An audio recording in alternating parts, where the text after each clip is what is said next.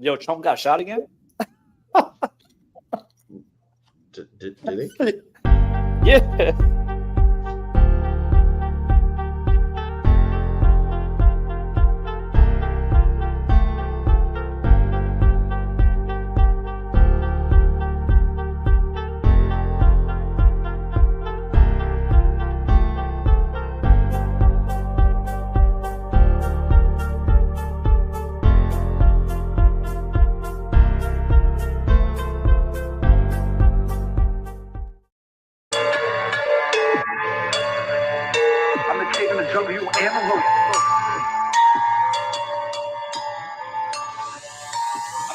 Jungle, you antelope. I'm a disease with no antidote. Got the screws loose and the hammers close. It's a workshop, let me clock in. These rapping squares like they boxed in. I'm lane swerving with no fucks. Public enemy with no chuck. No choice, that's a young buck. I'm the king of the jungle, you antelope. I'm a disease with no antidote. Got the screws loose and the hammers close. It's a workshop.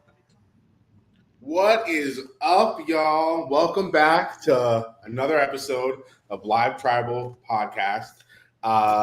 We're back. And I hope you guys are ready for this one. This is going to be a fantastic episode. My notifications have been blowing up ever since we announced our guest, more than a John B. thirst trap. So you know you're going to be for it. Speaking of John B., we got him back. Yo, yeah, John V here, chilling. Got some good news. I heard MAGA's leader in general almost got capped again. That's pretty fun. But I'm excited for today's show. You know what I mean? Coach, what's going on with you? I'm doing all right. No, I'm doing all right. It's like, how do you follow that? I just found out about that part like right before we went live. So I was sitting on my phone. Yeah, that's neat. Whatever. Like maybe we'll. I won't say anything. Cool. I'm excited for today's episode.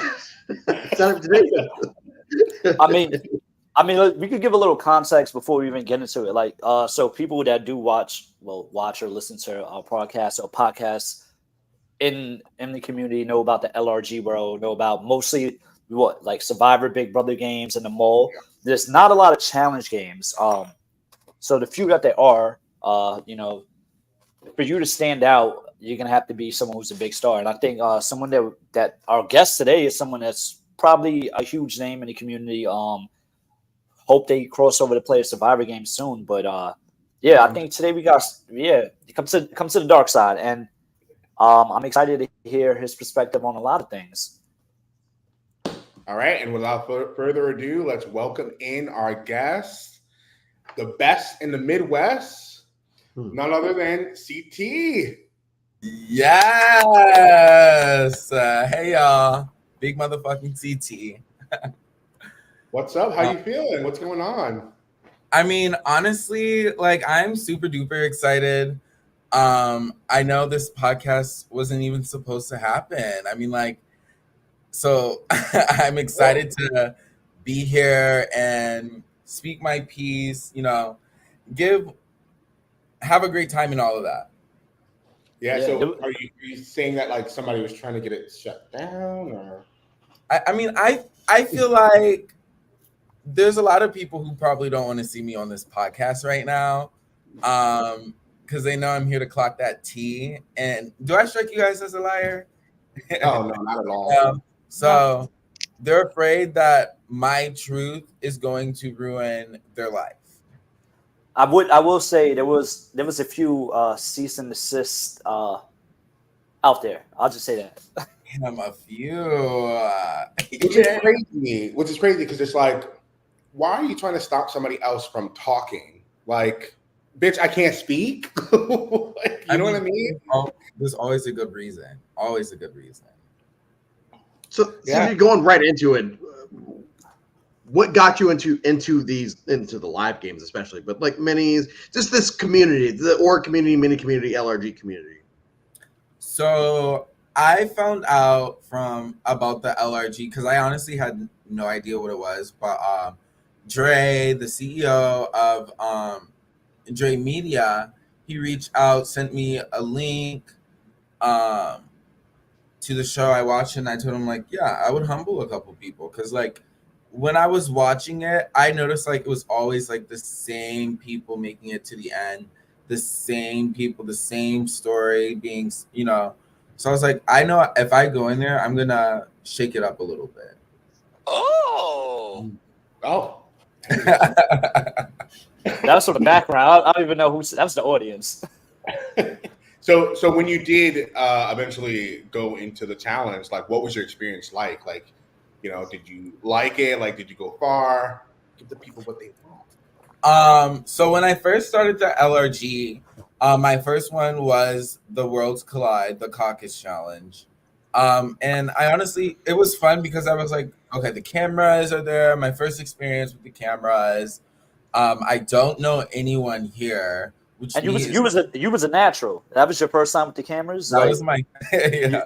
you was a big personality. For somebody who's been watching it, that was the first season I saw was your season with the blue shirts, and I was like, who the fuck is this kid? Like he's fucking bigger than life right now. But good. Thank you. I appreciate that. It was. I was nervous, but I was like, okay, I don't know anyone here. I know I'm a likable person, and I know I'm smart. I know I'm strategic. So let's see how this goes down. So I was actually really excited. I even had a little alliance. Mike, Kristen was my number one from the beginning, but I had an alliance with Mike and Kristen.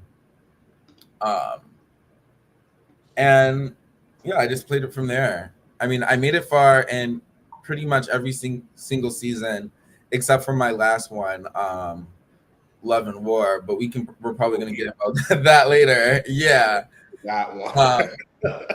I got third place, made it to the final my first time. Fourth place, my second time. Have a good elimination. I have a great elimination ratio, and I'm one of those people who aren't afraid to go against the big dogs. Like that's why during my first season, I wanted to make an impact and start like a whole and with Kevin and Jalen, but be a part of that whole rookie revolution. Like it's not going to be the champs running the final this season. Like the only reason why you guys make it far is because you didn't have competition like myself. So And to piggyback off that, so my bad, John. No, go ahead. Because What? So what I was going to ask is, so what do you do in real life outside of these games, and how do you feel like you bring that into these games? How do you feel like that benefits your games, and potentially how do you feel it maybe drags your game down in some instances? So If you can't share what you actually do in real life, like that's fine. No, I can. I'm an educator. I'm a teacher. So like by default, I'm a nurturer in my everyday life. In real life, I don't lie to people. It's not worth it. I don't need to scheme and go behind people's back and do anything.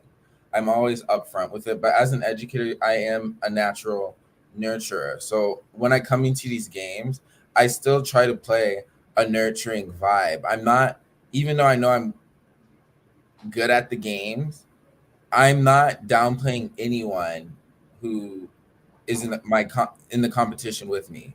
I'm easy to talk to. I'm very likable, and I am, because I'm a nurturer. I'm able to persuade people or make them believe, because they're like, CT wouldn't lie, but I would lie in the game, especially when I'm competing for money.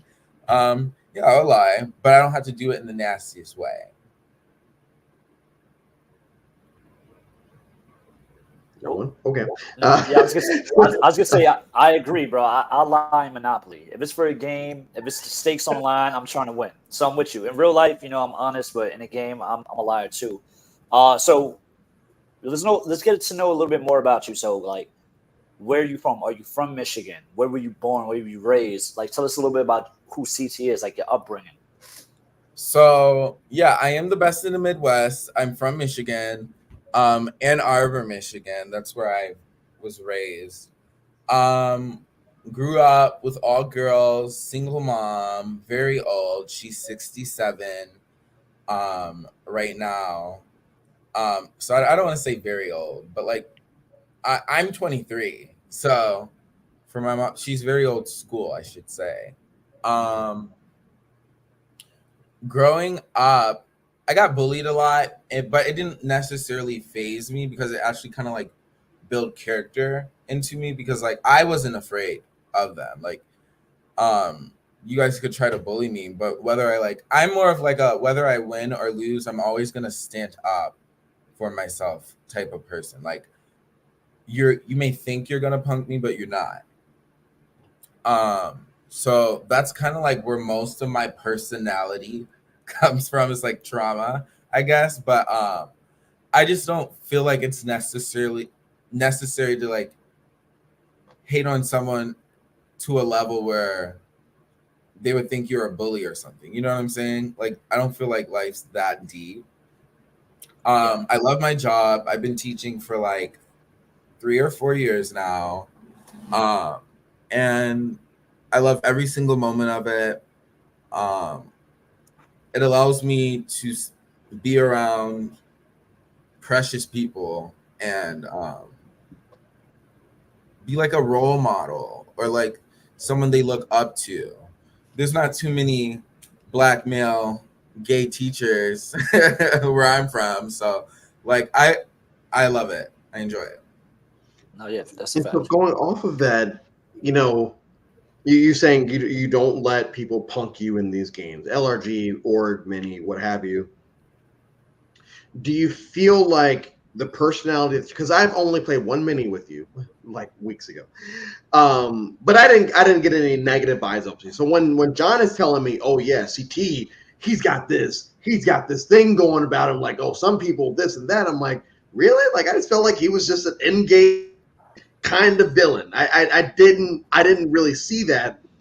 And so do you feel like because you don't let people punk you, because you come from your the background that you have, all that, do you feel like that is a detriment to not only your end game, but like as far as being casted, do you feel like, oh well, he's a problem, or he's this or he's that, or do you feel like that helps you be cast or helps you in games?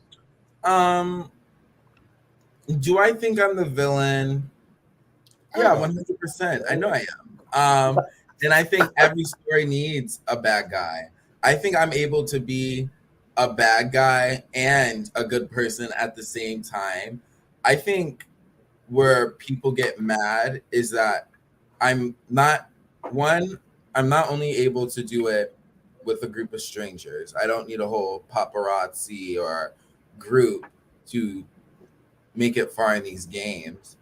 I do what I want to do. I don't play anyone else's game but mine. And that's where I think people are more so intimidated by me. And I think it helps me get casted because I know I'm a threat. But if people are afraid of me because I have a strategic backbone, then well, be it. Let's play the game. I think it's gonna help me. I think I'm a good villain. I think I'm good at being a villain and good at what I do. You know, So, like so we all play games here, and some. Go ahead. no, you go. You go Oh, my first. shit's delayed. My fault. I was gonna say. So we all play games, right? So we know at the end of the day, it's a project for whatever show we're playing for, right? So how do you feel with the narrative that's been spun about you? Do you feel like they're just looking for certain clips that make CT look like he's an asshole, or do you feel like it's kind of in the spirit of the game? They need a villain, like you said. Every show needs a good villain, or do you feel like people are just looking at it from their own perspective and just making you a villain? Like, how do you feel about your edit? Do you feel like your edit is purposely trying to go after you, or how do you look at it? Because you know what was filmed and what was aired. You know? Yeah. See, the thing is, I honestly don't care about the edits, to be honest. I mean, you can edit me any way, shape, or form you want to. I know what I said. You can't, I mean, there's no clips of me saying anything racist, derogatory, or anything like that. So anything other than that, you can edit me any type of way that you want, and I still play the game. And whoever believes it, believe it. And the people who get the opportunity to know who I really am as a person, then I love you. And everybody else is missing out. Mm-hmm. I feel like the community is full of like reality TV fans, and as fans, we love villains on our television, and it's so funny to see how we can go from like loving a villain in like a television, like a Johnny Bananas or Johnny Fairplay, but then meeting somebody in real life and being like, "Oh, you're a villain. I don't want anything to do with you." It's like at the end of the day, it's the competition. Like if you don't want them around, try to get them out. That's the name of the game, you know, or And give it back to them. And also, like, there's two different people. CT in the game, and every day I don't get to lie in people's faces or scheme behind their back and try to get them out of a game.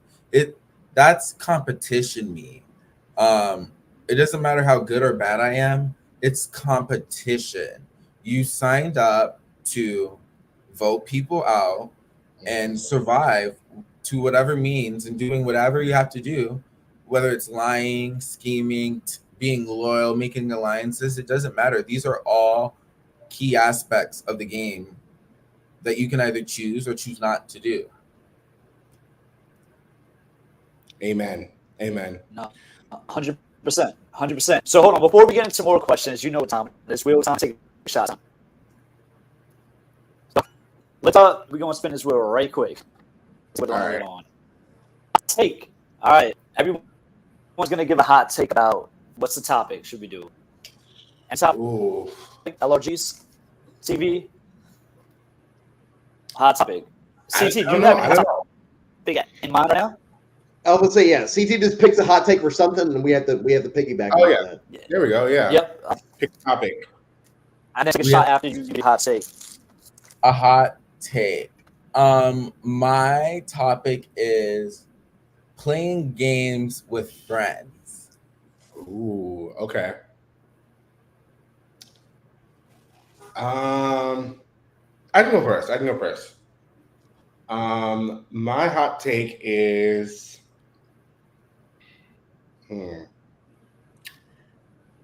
that just because you know people in the game does not mean you're automatically going to win out of everybody else.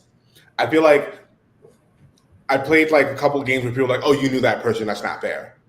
And yeah, maybe I knew them, but did I work with them?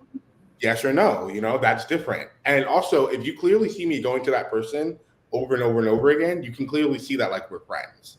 So I feel like there's other ways around it because I played a game where I clocked that two people knew each other, even though they were on separate tribes because of the way the kind of conversations they were having. So I feel like there's a way to metagame it. And this community is small as shit. There's no way every game is going to be completely like strangers, right? So barring your first game, you should always go in thinking people know each other. But that's just me. Take a shot. I guess I'll go next because I played a couple LRG and OR games with my friends, and the way I see games is like this. Just because I see someone I know or someone I adore doesn't mean necessarily our games are going to line up. And I am a player who's willing to vote a friend out, or if it's necessary and good for my game, depending on the format of the game as well. I feel like it gets tricky.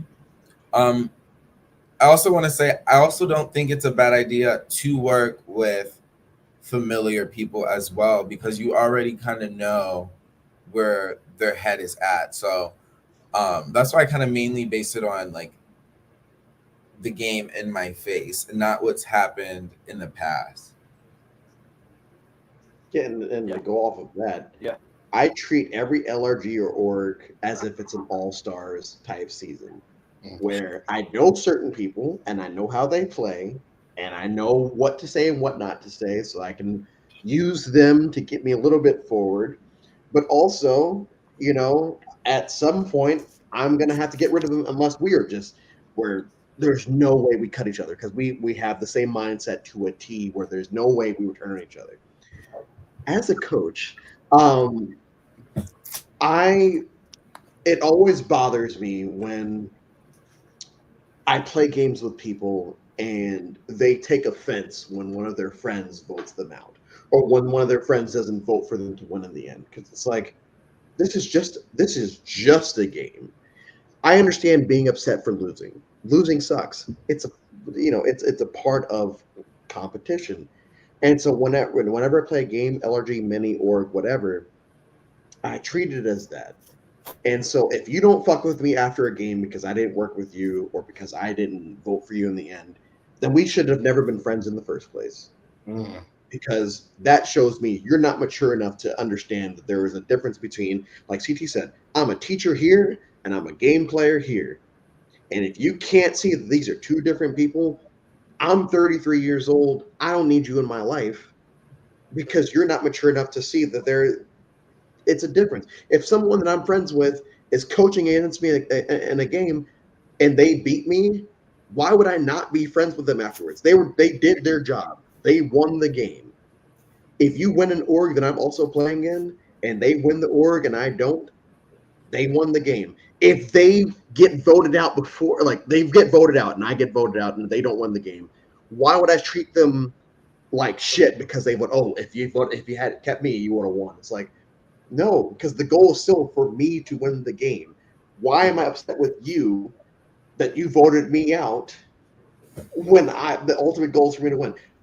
I hope that's not a hot take. I feel like it is a hot take because we know how this community is. But it shouldn't be a hot take. It should be you play to win the game, and if you don't, get over it. There'll be another game. Yeah. There'll be another game.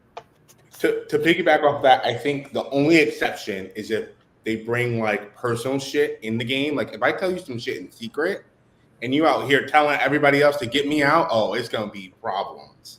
Because there's like, okay, in the game, it's like, okay, you're in that alliance, I have to get you out. But some stuff that like I don't want to expose that you're telling my business just to win, then that's different. But I 100% agree.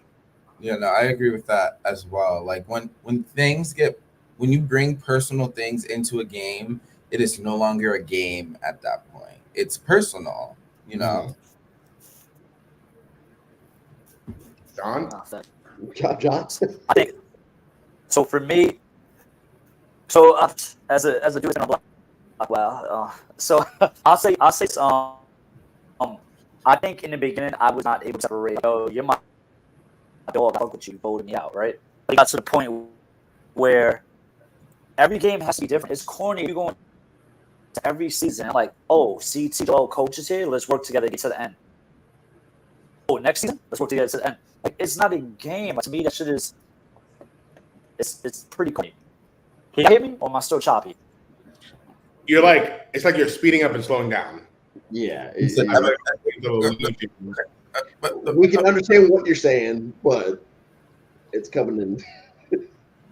I was like, okay. All right, so my hot take will come at the end of the episode. My hot take come at the end. Let's move on.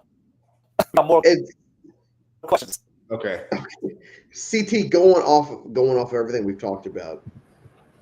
Because the many that we played in, and I will say that we talked about this last week, and I feel like this will be a running topic for the last 3 weeks we have this. Whenever I play a game, I do look at who I'm playing with, not just the people, but like what they look like, because I feel like in this community, that is something that we kind of have to pay attention to.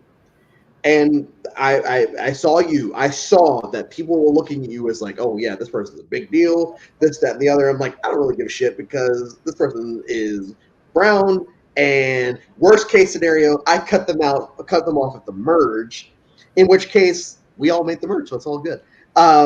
So do you feel like for you playing live games and everything else, do you pay attention to that, or is it more just I'm paying attention to the game player and that's it? I don't care what they look like. I don't care their background. Where do you fall when it comes to that? So for me, it depends on the game. Like if I see that there's only 3 black people and a bunch and 12 other um whatever race is, then I'm gonna be like, look, we don't gotta work together, but just know I'm not saying your name. Right. It doesn't even have to be a whole black alliance, but it could be as simple as here's my pecking order. And there are games where I'm like, okay, I'm not gonna nominate my own, so somebody else can do that, and I'll be down to vote you out. But I'm not gonna personally nominate my own unless I have a good reason to. But there's other games. The way I really play the games for the most part though is like I'm a vibe person. Like I have intuition like a motherfucker. Okay, let me tell you. Okay. So I can sit in the room for you with 5 seconds and tell you who the strategic masterminds are, who the people are here to just play, and who are the people that I can see myself working with simply off of conversation, because that's one thing I'm strong at, having conversation, you know. um so just based on that, that's how I play the game. Like, okay, like if I can talk to you, if we can talk something out, then you're good with me. um Again, it doesn't necessarily have to be like an alliance, but I'm good with you if you're good with me type of deal. It's an unspoken rule of, hey, we won't go after each other until this point in the game. Then it's fair game 100%. because of the history of all these shows. Let's just let's just get to merge or jury or whatever the challenge is. Let's get to that aspect of the game, and then you know what? Fuck it. Let's just Let's do go. this because Okay. at that point, you know, and I'm not one to call out people on inherent bias in games because like some people just don't. Some people just do things, and like I have voted out black folk pre-merge. Like it is what it is. I do feel like there is a I don't want to say obligation, but let's just use the word. I feel like there is an obligation at a certain point to like, okay, if this person's playing, they might not be playing how I want to play, but like, this person's clearly wants to be here. Let's at least get them to this point in the game, and if they cut me, so be it. If I cut them, I don't feel guilty because they got here.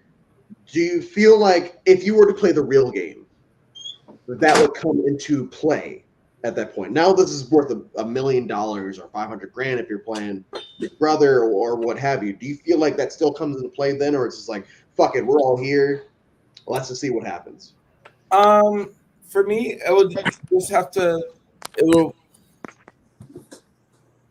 Yeah, I'm gonna say I can see myself competing for $1 million and saying, um, you know, we don't have to work together, but we're good until jury or something like that. Yeah. But I also, I'm not gonna sit here and say like I'm gonna protect black people um, if they're playing a game. It just depends on what you're doing in the game. Like if you're making big moves and targeting my allies and you're black, I'm gonna have to come for you regardless. I play the game on how everybody else is playing the game. I'm an adaptable person, so I change my gears when my environment changes it. Yeah. I totally agree with that sentiment of like, if you see somebody that looks like you, like kind of like looking out for them, because it is an uphill battle for us coming into the game. Um, you know, other people get to connect like right away, where like we have like other people have like biases about us that we have to break first before we start connecting, right? And then it could be like lifestyle where like maybe like you have like different experiences than the other person where like I don't, I don't have a ranch, I don't have a boat, I don't go like horseback riding and skiing and like snowboarding. Like how am I able to relate to you to get on the same page to get to the end, right? Like I have to work harder. So in that sense, I'm like, okay, we're right here. But like you said, if you come for me, all right, it's everybody for themselves. John, welcome back. Yeah, sorry, I don't know what's going on. I think all the porn I be downloading, that shit fucked up my. All right, we're gonna have to get you off of the dial up. Can You I need just that So, back file. on that real quick? Oh yeah, go ahead. Sorry.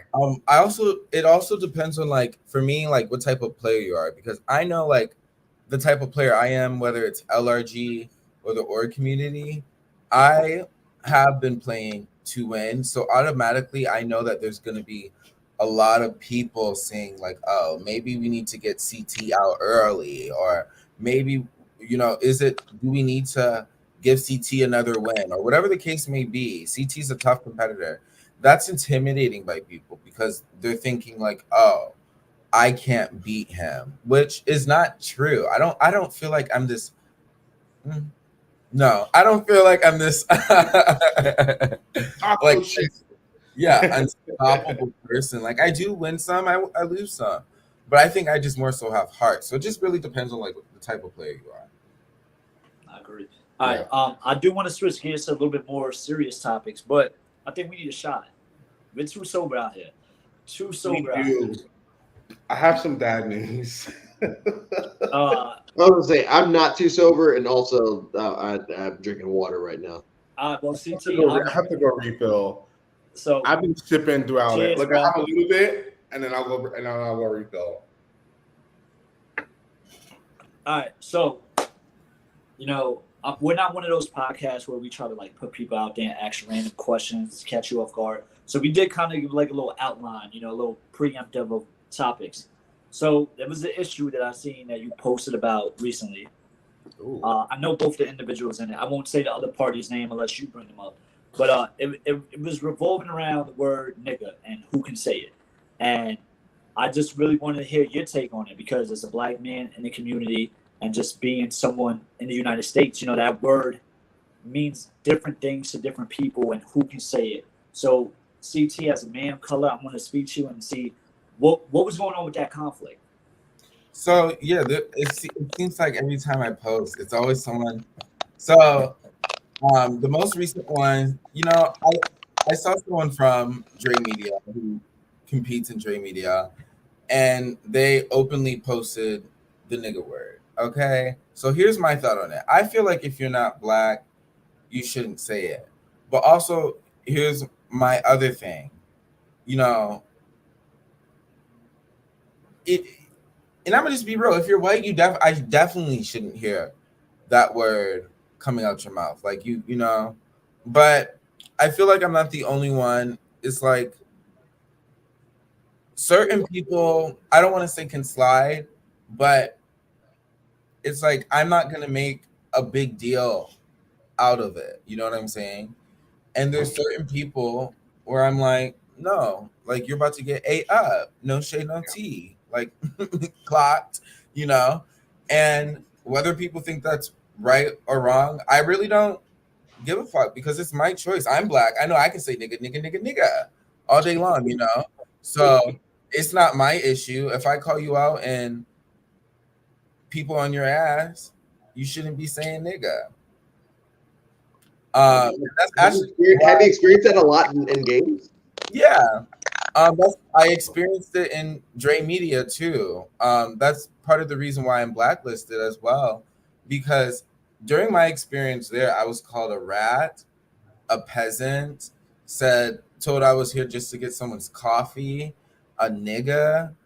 Oh my god! It was just all types of shit on top of someone falsely accusing me and admitting to it of being a child predator and sexual assaulting. I was fighting for my life on Dre Media. And that all started because I spoke up against his friend saying nigga. I don't care what you guys do in your everyday life. I'm not here to tell y'all what to do because I don't give a fuck about what you're doing. No shade, no tea. I'm worried about me and what I'm doing. So, but if you're gonna be having a production with people all over the United States, then you have to be willing to adapt or at least hear these conversations. And I tried to speak up on the reunion. They edited it all out. Michaela was supposed do a public apology. Oh, did I name drop? Michaela was supposed to do. It's too late now. A public apology. Um, she didn't do that, and I'm the one being shunned from the call because I'm speaking up for it, and that is perfectly fine because I'm going to do that every time. If you feel comfortable to publicly do it in the open, I'm going to publicly clown you on my time. That's so fucked up because I feel like hosts and prod in general have a responsibility to the player to protect them. Like, we're paying all this money, we're flying out, we're sleeping in wherever. Like, it's your job to protect us. And if you had a problem, then he should have backed you and told his friend, like, hey, you can't say it. Like, and it's not all hosts, but like some hosts, like they just don't give a fuck. They're just there for a paycheck and they're like, okay, whatever. Like based on my experience, like I just played Bloomington with somebody who was non-binary. They go by they, them. And the host specifically said, listen, they go by they, them. If you say anything else when referring to them other than they, them, I'm cutting it out. I'm cutting it. And that's the type of like allyship we need for our players, like no matter what. And that's so fucked up. I'm so sorry. I mean, like, it's like whatever, because like all that showed me is like, this is not where I need to be. No matter how fun it was, how much I had a ball pissing people off, winning games, I was happy to gain the fan base that I had. But at the end of the day, like I said earlier, when shit gets personal, it's no longer a game for me, you know? It's personal. So that's why it's just like, I'm good off of all of that. Like, regardless, I'm going to be a star. Yep. Speaking of blacklisting, we're going to get into it. So, the last challenge you competed in was it Love and War? Yeah. So what went down on that? Because I actually got prompted by a friend of mine, was like, oh, did you know this happened? And I was like, what? There's a whole Wikipedia page. I was just about to say, collect that tea. Yeah.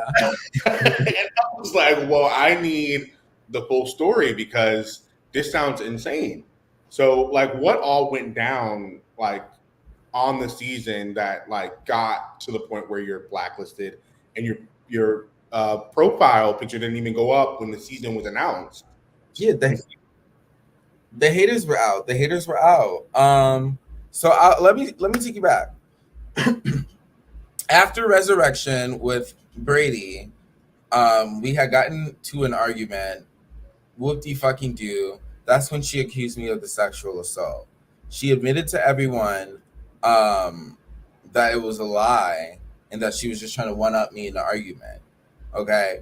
So I told production, so I can't be playing around with those type of allegations. One, as a black man. Two, as a gay man. Three, as an educator.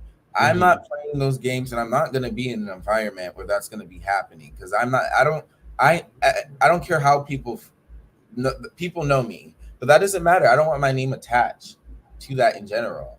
I don't want to be questioned or any of that. So I told them I don't want to play another game with Brady on the same season. I'm not saying you got a banner, even though that's what you should have done, but please don't cast me with her.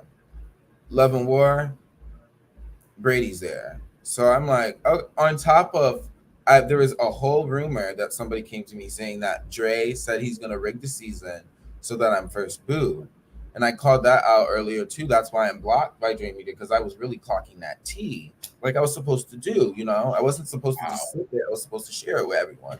So, because that's not a real production, because it was already clear that you're tailoring these seasons for your friends to win. You know what I'm saying? But to rig a whole season so big motherfucking CT can be first booed, which is like crazy. that's a bit wild. But a hater will have to do what a hater will have to do. So Love and War, I said I wasn't even going to come back, but I came back because we wanted to bring the exterminators back and see what was going to happen. So I tried it out, and it was really John V who really completed the puzzle, because I really didn't, like I said, I really didn't give a fuck as long as somebody who was a part of the Exterminators, which was anybody who wasn't from Jersey, the out of towners, won the season. Mhm. John V and I had a conversation, and he was like, "Look, I'm down to show you some loyalty if you show me something, basically." And I told him, okay, well, I'm gonna go into this nomination and really clock some tea. I said, I'll go in there and make sure that Kevin is the House vote. If you vote Kevin with me, he was like, all right, if you do that, then I got you. So I went in that house. No, I'm joking. I went in the house, and that's what I did. That's what I did. Um, and of course, it's And I like, think my vote was the last one. I think on that round too. yeah, but it counted too. And on But- top, and yeah, I looked at you and I said, I'm gonna have to do Kevin, because I know before the season started, it was kind of like I felt like, I mean, it's a show, it's a brand, so I feel like they were trying to put the narrative of John V versus CT. And I remember my early confessionals, it was questions about CT and Lance specifically, and I was like, well, I seen CT and Lance before. I'm like, they're hot headed. They probably gonna come for me anyway, and I'm hot headed too.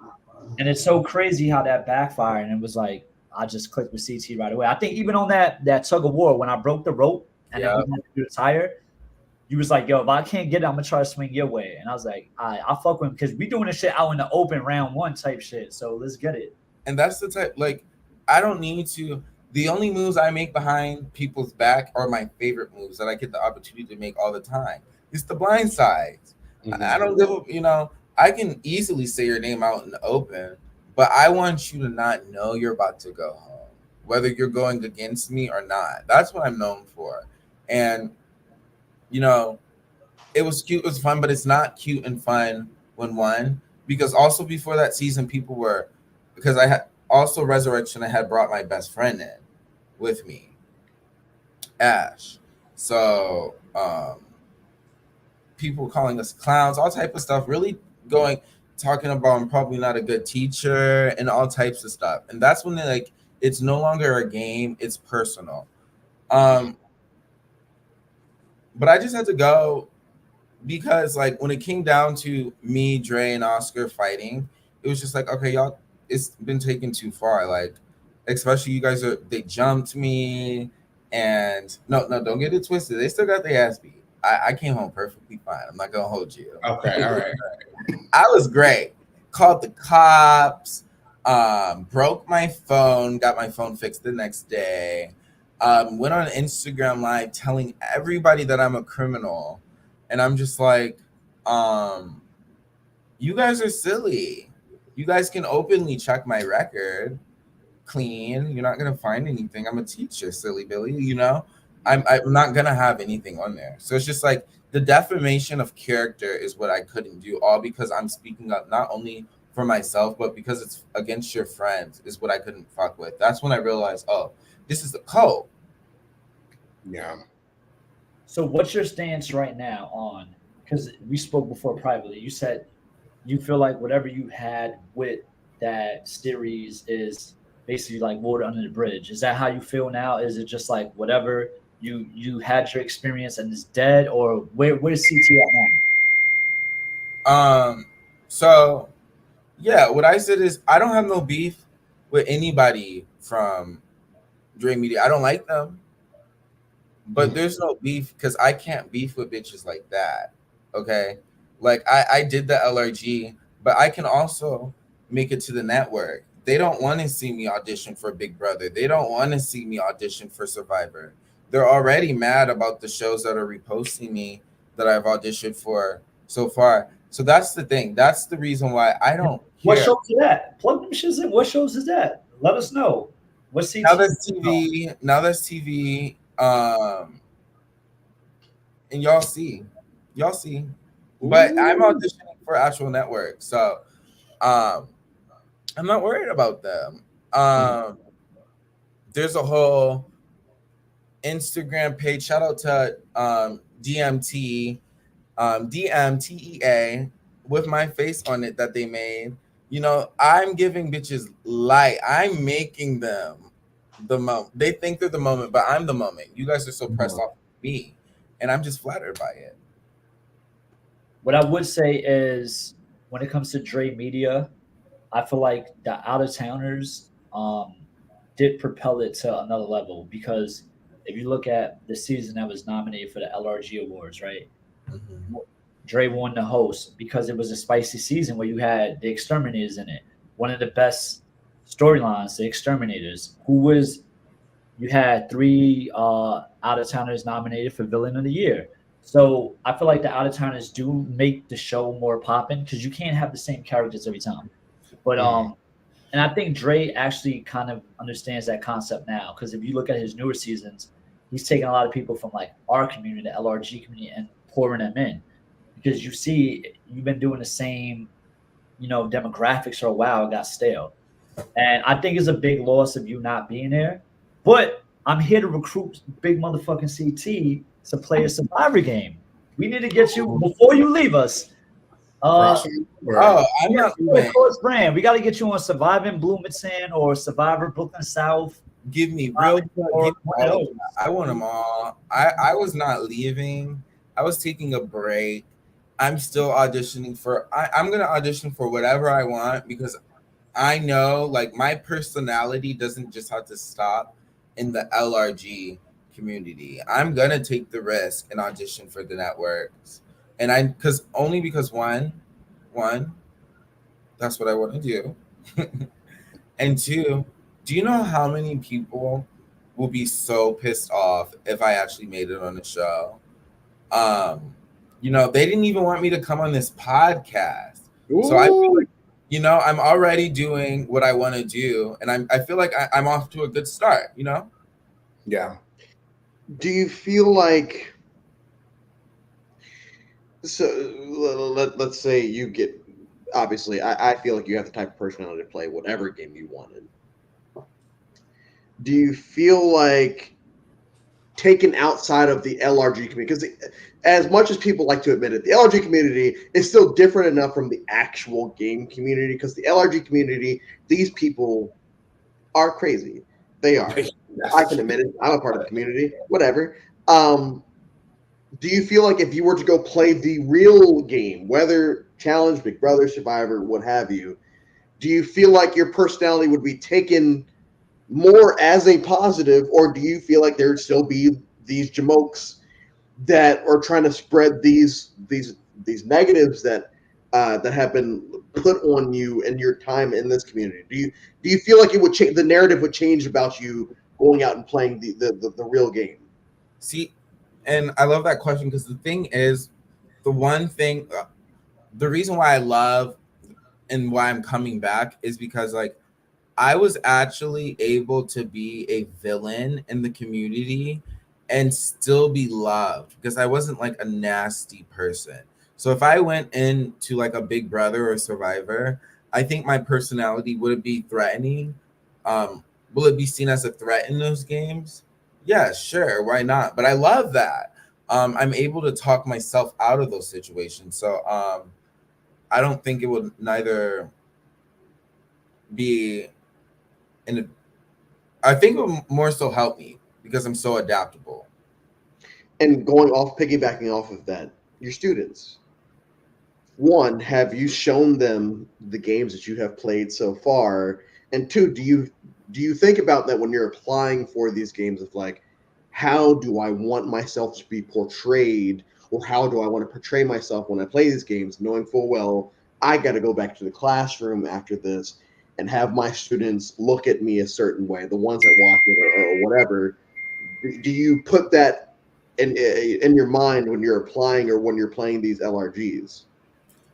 Um, yeah, I've showed a few. Not, I mean, I don't advertise it to my students because they're kind of young, but the older ones that I did or do have, I have showed them, and I don't think my personality is necessarily now. Is it the best influence? Maybe not on the LRGs, but it's also not the worst because I think the bigger picture for me is like I want to show people that it's okay to be different and still be good at these games. You don't have to be well liked, or you don't have to be in a specific friend group or social status or religion or whatever or sexuality, whatever the case may be, you don't have to look or fit a certain standard to be a king or a queen or whatever you want to be in these games. Now I want to piggyback off of that. Something I want to say, like, do you ever feel like you're kind of like a champion for like the unspoken people?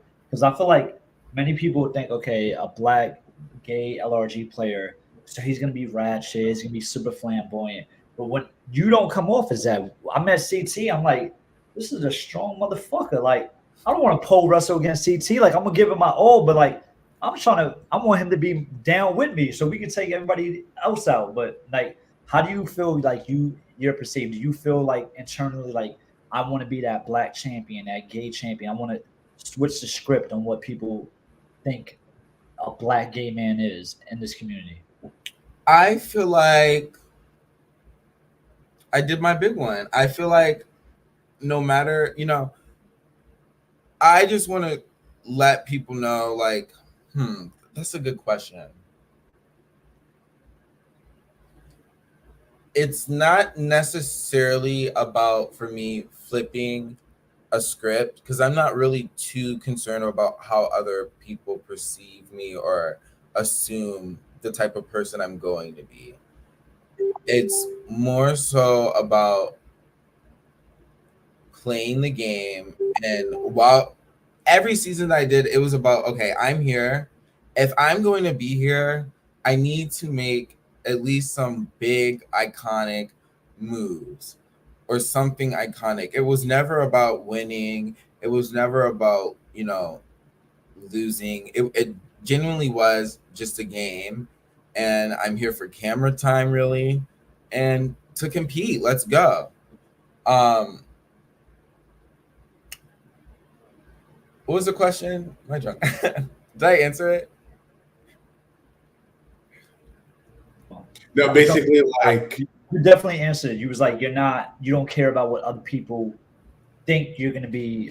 Like, you don't care what other people perceive your personality to be. You just care about doing a big move and having impact. Which even in the season when you went out first, I think you came out on the motherfucking field with cheese.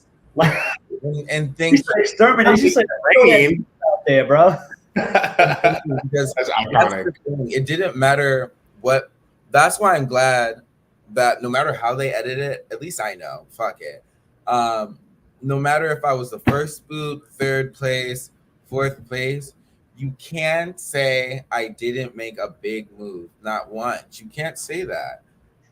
And what I could say is you're a real one, because even after the game, when I get voted out of the game, yo, I'm tight. I'm just leaving. You was like, these niggas got me. I don't fuck with them, but my peoples are still here. And you stood. You're cheering us on. I remember the mini final, me and Lance finished, and you was like, let's go, John V. I'm hearing you while I'm up the hill with the tire. And I was like, that's how I know CT's the real one, that he's riding for us. And then when Kristen and Lance got out, you're still rooting and cheering for them. Even when they got out, you're like, yo, hold your head up.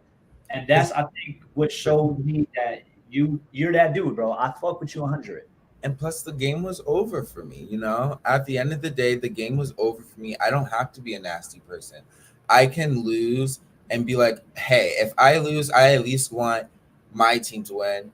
And if my team doesn't win, then good game to whoever does win.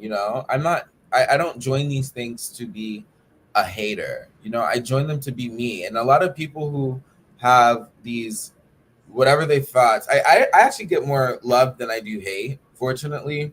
But for the people who do get hate, they're the viewers. They're the viewers. So Yeah. What I said, what I was saying earlier, like when John is telling me, "Hey, we want to get CT for this because CT's got all this dark cloud, and like I fuck with him, but like all these other people," I'm like, I've had what, a 5-hour experience with you, and at worst, I was like, okay, this person's a threat, but like whatever the fuck, I don't care.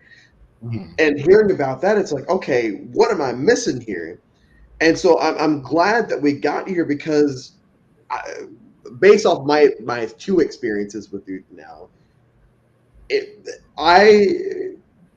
Ron Clark from EOE and Sari, are the people that I would put you in that category of, like Suri playing the traitors and watching all those people be so pissed off with her afterwards because she played the game her way was so funny to me and also so annoying because why are y'all so upset that this woman got to know you but also voted you out? But Ron Clark, because he was a teacher who played a villain on Edge of Extinction.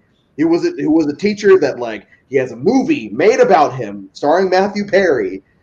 Ron Clark is a teacher who come and he was the villain in EOE, and I feel like that those two encapsulate what you are in this community, and neither one of those two people are villains to the point where I'm like, no, fuck that person. You're not a Russell Hands, who I despise, shitbag. I don't put you in that category. I put you in a fun TV villain, a fun game villain, where it's like, okay, I'm not going to feel like shit if I vote for this person to win, because they were just doing what they had to do, and they didn't get nasty with it.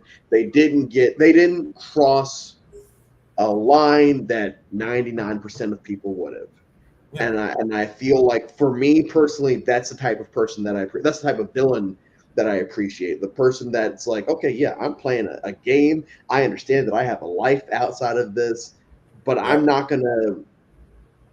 willing to do what it takes to win to a certain point. I'm not gonna kill anyone. I'm not gonna, exactly. I know that's an exaggeration, but like, that is what it is. That's really what the line is. And you don't. And so if people want to demonize you to more than a villain, to what you have touched on earlier, that's on them. You know what you are. The people that like you and know you know what you are. And it doesn't really matter what these people say, because we know, and they know. They can't admit it, but they know. Because I know there's still, and that's what it's all about. But I think that's why we have this podcast, is to give a voice to people who don't have the platform. Listen, I've been accused to be what was it? I hate women. That's the big thing in the LRG community. Yo, John V hates women, because there's one game where there's one woman who runs a podcast. Wait, actually, she's non-binary. They run a podcast, and one of their friends made an all-girls alliance one of the nights during Outlast. It backfired because two of the girls didn't want to join it, and they told us, so we got them out, and it became John V hates women.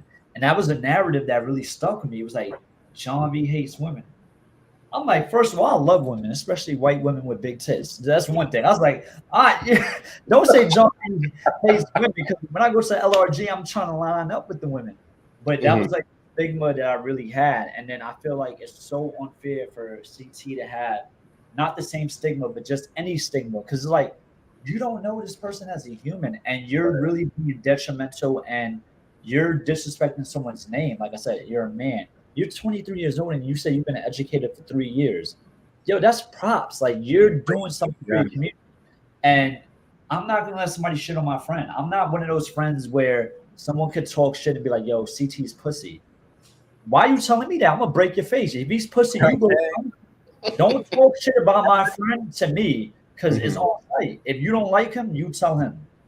And that's the thing. And they don't do that because, like I said, by default, I'm a nurturer. Like, I love to, if you put me in a room, all I'm going to do is shake my ass, ask if you want a shot, you want to play a game.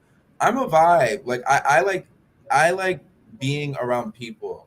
But again, if you poke a bear, I'm going to stand on business, because by me, I don't fuck with nobody. I don't judge people based off of their life. At the end of the day, if you respect me, we can have a great conversation, But if you disrespect me, I'm going to tell you about yourself, because you have no room to think that you have the right to talk about me. And I'm not saying because I'm up here and people are down here. That's not the case. But I didn't disrespect you, so why are we taking it? Speak on it. To like piggyback off of what you said earlier about like the amount of love you're getting. When I tell you, so this podcast, we're just starting out. We're still in infancy stage. When we announced that you are a guest, the way my notifications were blowing up, I'm in the grocery store getting notifications. I'm like, oh, who texting me? Oh, go CT, go CT. Like the CT stands were out. And I think that like you should take that as a sign. I know you said you're going to continue to like, you know, audition for the network and audition for LRGs, but continue doing what you're doing. Because you know what? At the end of the day, haters are just motivators. Mm-hmm. Keep being you, keep showing up, and keep like bring home the W, you know? Yes, that's what I'm just like. And see, for me, it's when I join these games, it's not about winning or losing. I care more so about the impact I had while I was there, and whether the messages, oh, 1 second, are good or bad, it doesn't matter. But yeah. But a lot of bitches don't like iconic people like me. So, you know. What it is. And I would say that overall, you know, not really knowing about you before we played that many together, and you know, learning more about you over the last few weeks from specifically John, I would say that you have had that impact on the community. You know, the fact that Joel says, "Hey, as soon as we announce you, people are reaching out saying this, that, and the other." You know, that doesn't just happen to any old body. You know, that shows what you can bring to not only the LRG community, but potentially to these networks that are casting for these shows. And you're not playing a character. It's very easy to clock who's playing an actual character and who's basically just turning their personality up to 11. And I feel like you're one of the people that's turning their personality up to 11. You're not changing who you are.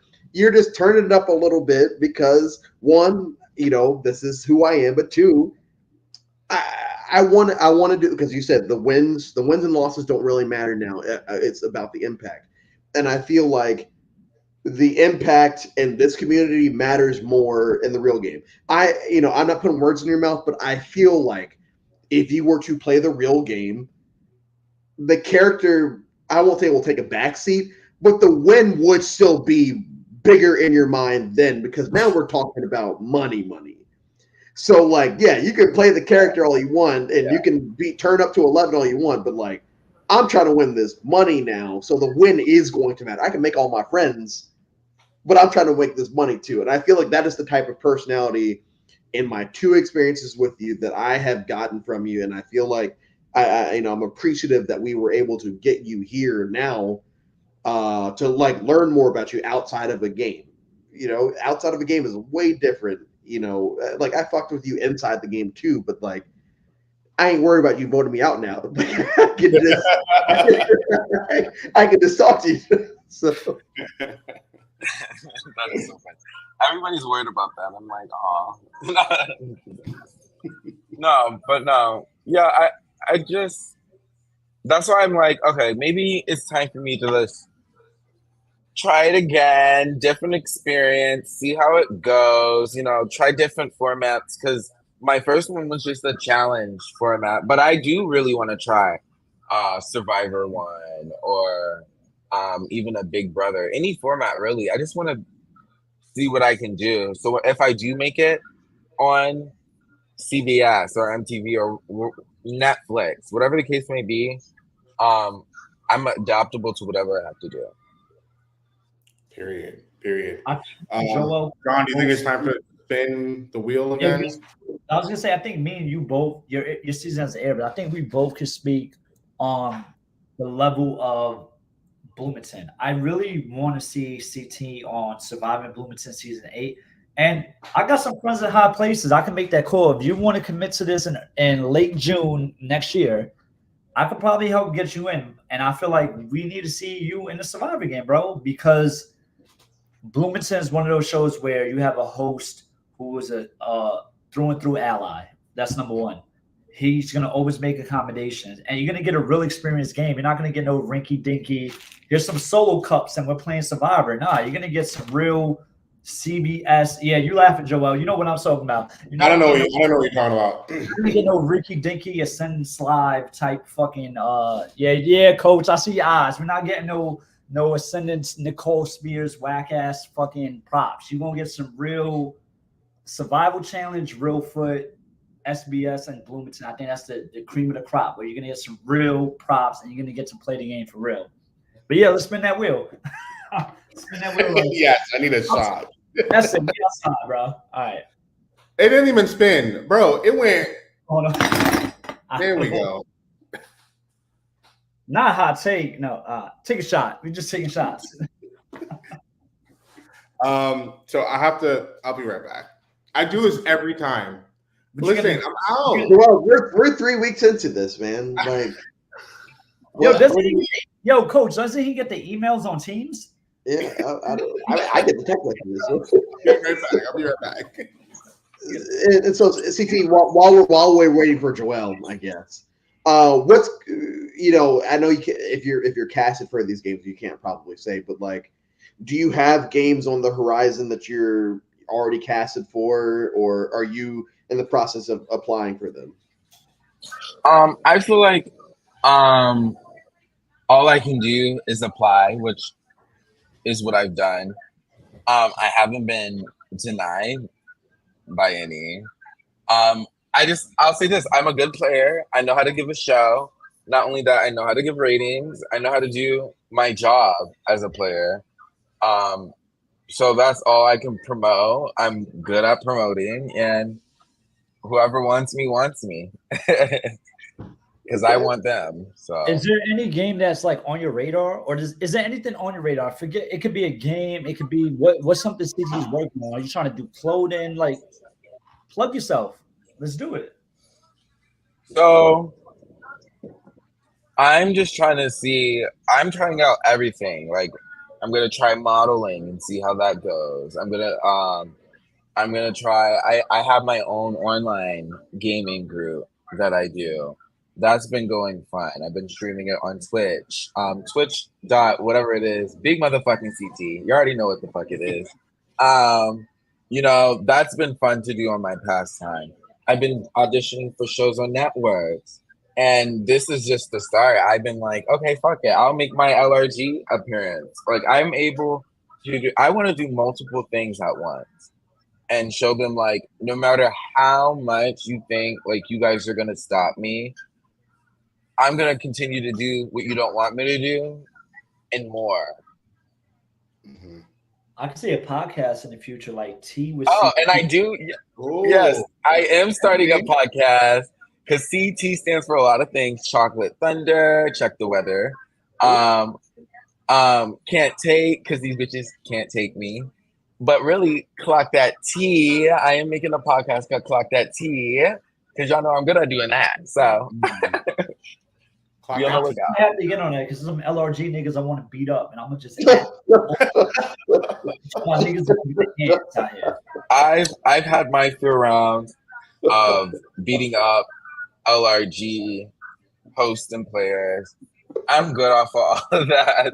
But now when we get on Big Brother, we can't be putting hands on Julie Chen.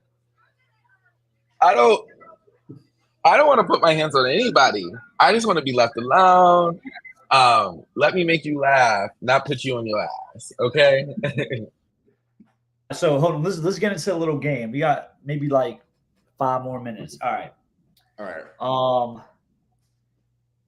We at the bar right now. What drink is CT getting? What song is CT requesting? And when CT gets on the dance floor, what is he doing? I had to say this. Yeah, you're big motherfucking CT. I think you got to answer. Okay. So yeah, y'all know. Shout out to Luna Azul. No, but so what drink am I getting? Probably by the time I get to the club, water, because I already turned the fuck up before I left and on my way there. But also, I like Red Bull drinks. I like mixed drinks. Yeah, it needs to be mixed with something. What song am I listening to at the club? Most definitely, Fuck the Club Up by Nicki Minaj, because it's just the mood. Fuck the club up. Okay. And what am I doing on the dance floor? Shaking that ass. Period. Joel, this is the same question for you. Answer those three and then go to coach. When I get there, I'm probably drinking a gin and tonic with a little bit of lime. Songs. I'm not trying to like. Wait, hold on. Maybe some throwbacks. Maybe like I don't know, some Sierra Get Up featuring Chameleonaire. And what I'm doing on, huh? Millionaire. Oh, man. Okay, hold up. We're not gonna. No. That's just a third one. I'm not judging you. I'm not judging you. I was like Chameleonaire. Joel, what dance move you doing? I'm probably doing the robot or something. I don't know. It depends on how much I drink. Not the. Are you sober when you're doing the robot? Or are you drunk? Oh no, I'm drunk. Oh. All right, coach, your turn. I'm doing a spiced rum and coke. I'm Okay. dancing. Or well, if the Spice Girls are playing, or like Limp Bizkit, then I will walk onto the dance floor. But my dance move is walking back to the booth I'm sitting in and finishing my drink because I don't dance. So yeah, I don't dance. I don't believe in dancing. It's a construct created by the patriarchy. It's You don't even shake a little? right. A little two-step, nothing, shimmy, nothing. No. I don't. Let me just have my drinks. I'll watch my friends dance, and if the Spice Girls comes on, I'll be like, "Oh my gosh, this is my shit." Let me chug my drink and like order another one. But I ain't dancing. All right, John. I already know what song you about to play. Yeah, so I'm doing the Jackie Coke or I'm doing some Henny White and Coke. Joel, what rapper am I putting on the club? I got kicked out of a couple clubs for this bitch. Pop Who? Smoke. Pop Smoke. Doing that Pop Smoke. And then what dance I'm doing? I'll probably just do the lean back or I'm gonna bring it back to my Brooklyn Haitian parade days. I'm just trying to like fuck on the dance floor. We just getting wild out there. Like It's a family establishment. We get live and say what the fuck we thinking. Okay, all right. Are you trying to be like the Caribbean people where they like jump? Like I'm trying to West Indian Day Parade. Bro, you live by Eastern Parkway. You get that oxtail and that fried rice, and then we just wild and we're trying to have babies. You know what it is. CT, as we head out, did anyone hear that? Whose sound is that coming from? Okay. CT, as we head out, once again, like I really appreciate you coming out. I think that the three of us, really appreciate you taking the time to do this. And like I said before, and I don't speak for everyone, but it's like, all right, if you're gonna put this label on this person, at least have something to back it up. I think that you're one of the better people that I have met in this community, and that's only knowing you after 2 experiences. And I hope that, whether it's CBS, MTV, blah, blah, blah, or just a fuck ton of LRGs, I hope that you do continue to find success and all of that. And I really appreciate you coming on. Y'all can go ahead. I just want to Thank you so much. I just want to say thank you so much for coming on, for being you, for being a gay Black man in this community. There's so many hardships that we have to go through, and the fact that you're championing all of that with a smile on your face, not giving a fuck about the haters, and just showing the fuck out. And I cannot wait to see you in Survivor game, Big Brother game, and doing your thing. We need the best from the Midwest to come to the Northeast. Yes, yes, and he will. I'm gonna make my I'm gonna make my way around the country. Watch, okay? The fact of the matter is, y'all gonna see me regardless. Yes. But I definitely want to say thank you to CT coming out here. And I hope for people who aren't a CT fan, that they got to see the human and the man, the individual, besides the person in the show. And hopefully we get him in a Survivor game. And whoever this podcast offended, just suck my dick backwards, bro. Not the motion. Yes. Okay. Backwards and spit on it. Not spit on it. Not hot tour. All right. Yeah, no. We need a Thank you hot guys. tour. We need a hot tour. Anyway, we'll see you next week. Yeah, hot too. Anyway, we'll see you next week. Any closing words before we close out? Yeah, thank you guys so much for having me. I definitely had a blast. Y'all know what the fuck is going on. Big motherfucking CT, the best in the Midwest. If you knew better, you would do what? Better. Check the weather, bitches. For the people who love me and watch me on this podcast, thank you. For the haters, thank you. I know you probably didn't have anything better else to do. And thank you guys so much for having me. I had fun. Well, thank you. And we're going to close out. We'll see you guys next week with another guest. That's Live Tribal. Yes.